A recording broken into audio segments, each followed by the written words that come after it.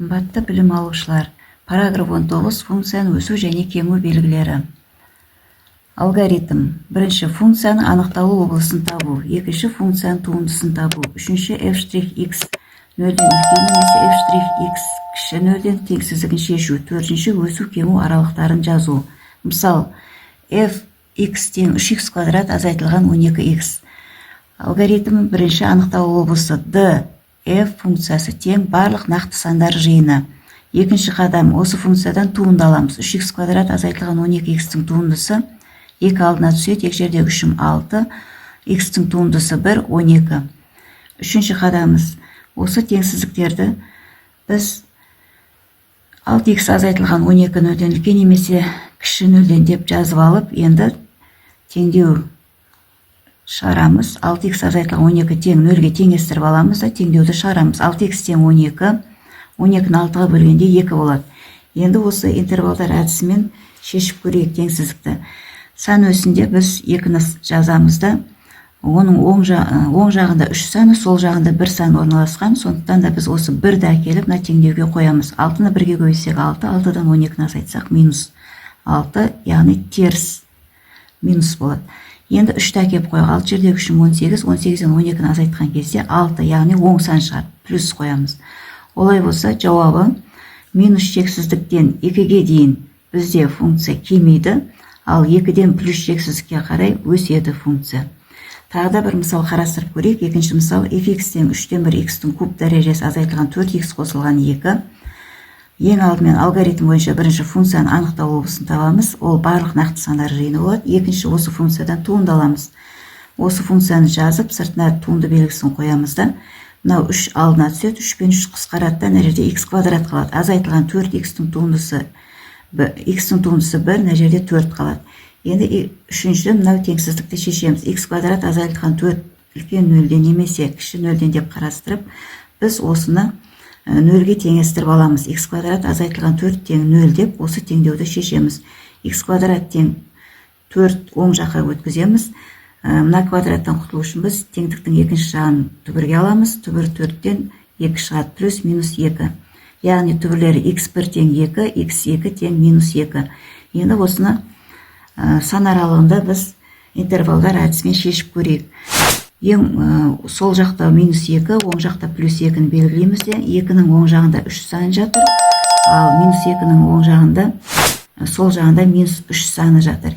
Яғни осы минус 3 санын әкеліп біз жаңағы теңдеуге әкеп қоямыз. Ол теңдеуіміз бізде минус 3-ті мына жерге алып келген кезде 9 болады. 9-дан 4-ті азайтқанда 5 оң сан плюс болады. Енді біз 0-ді әкеп қояғы. 0-дің квадраты 0, мына жерде минус 4 шығады, яғни теріс таңба болады. 3-ті әкеп қоятын болса, 3-дің квадраты 9, 9-дан 4-ті азайтсақ 5, ол оң таңба. Олай болса, есептің жауабы минус шексіздіктен минус 2-ге дейін және де 2-ден плюс шексіздікке дейін функция өспелі, яғни екеуі де плюс болғандықтан өспелі болады. Ал минус 2 мен плюс 2-нің аралығында минус болғандықтан функция кемейді.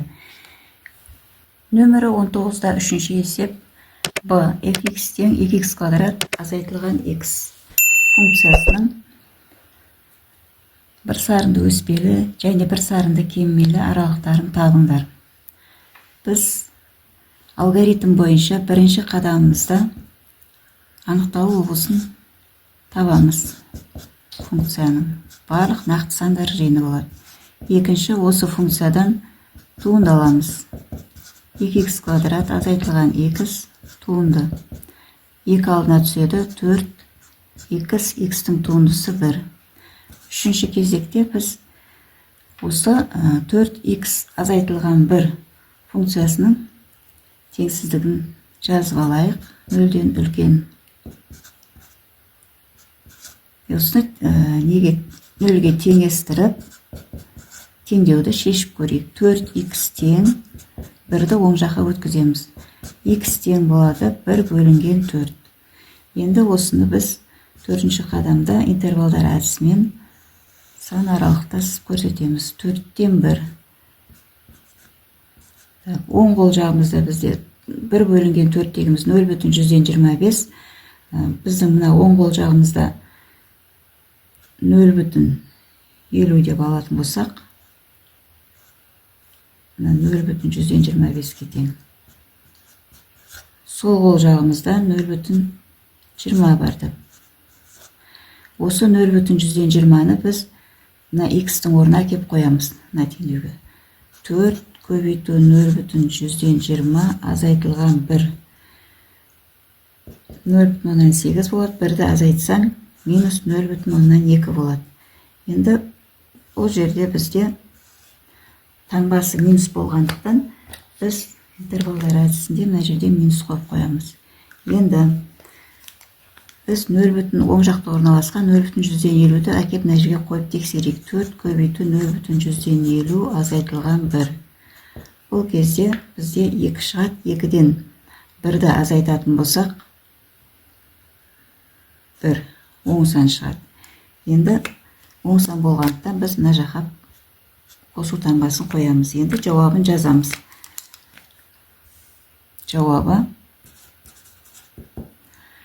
минус шексіздіктен мына жағымыз кемейді, мына жағымыз өседі функция.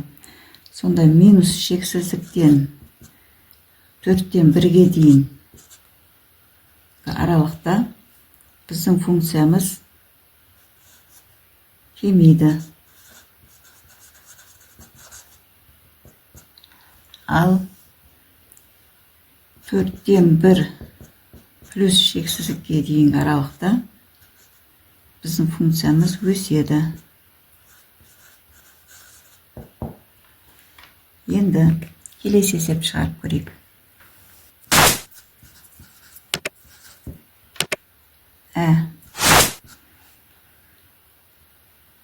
fx функция берілген 5x квадрат азайтылған 3x азайтылған 8.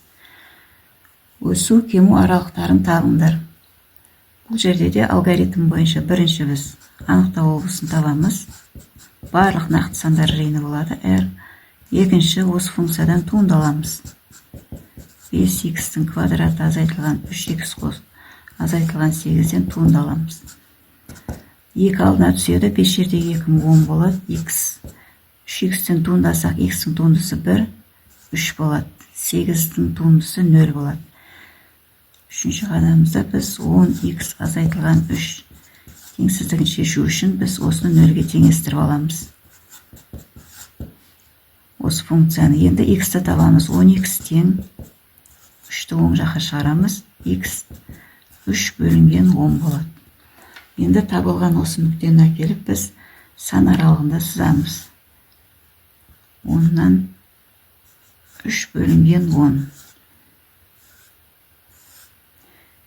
Енді 3 бөлінген 10-ды белгілеп алдық. 3 бөлінген 10 бізде жоқ жағымен 0,3 болады. Енді мына оң қол жағымызда бізде 0,4 жатыр дейік. Ал мына жақта бізде 0,2 бар. Енді осы мәнді 0,2-ні біз әкеліп мына тұрған теңдеуге қояйық. Тексеріп 10 көбейту 0,2 азайтылған 3 тең. Мына жерде 2 болады, 2-ден 3-ті азайтсақ, минус 1 болады. Бізде мына жеріміз минус болады. Енді 0,4 әкеп қояйық. 10 көбейту 0,4 азайтылған 3. Көбейтетін болсақ 4, 4-тен 3-ті азайтсақ 1 болады. Яғни 10 таңбасы оң сан. Плюс қоямыз. Енді функция мына жерде кемейді, мына жерде өседі.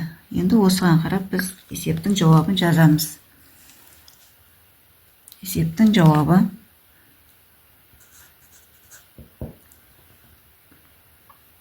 минус шексіздіктен 10-нан 3-ге дейін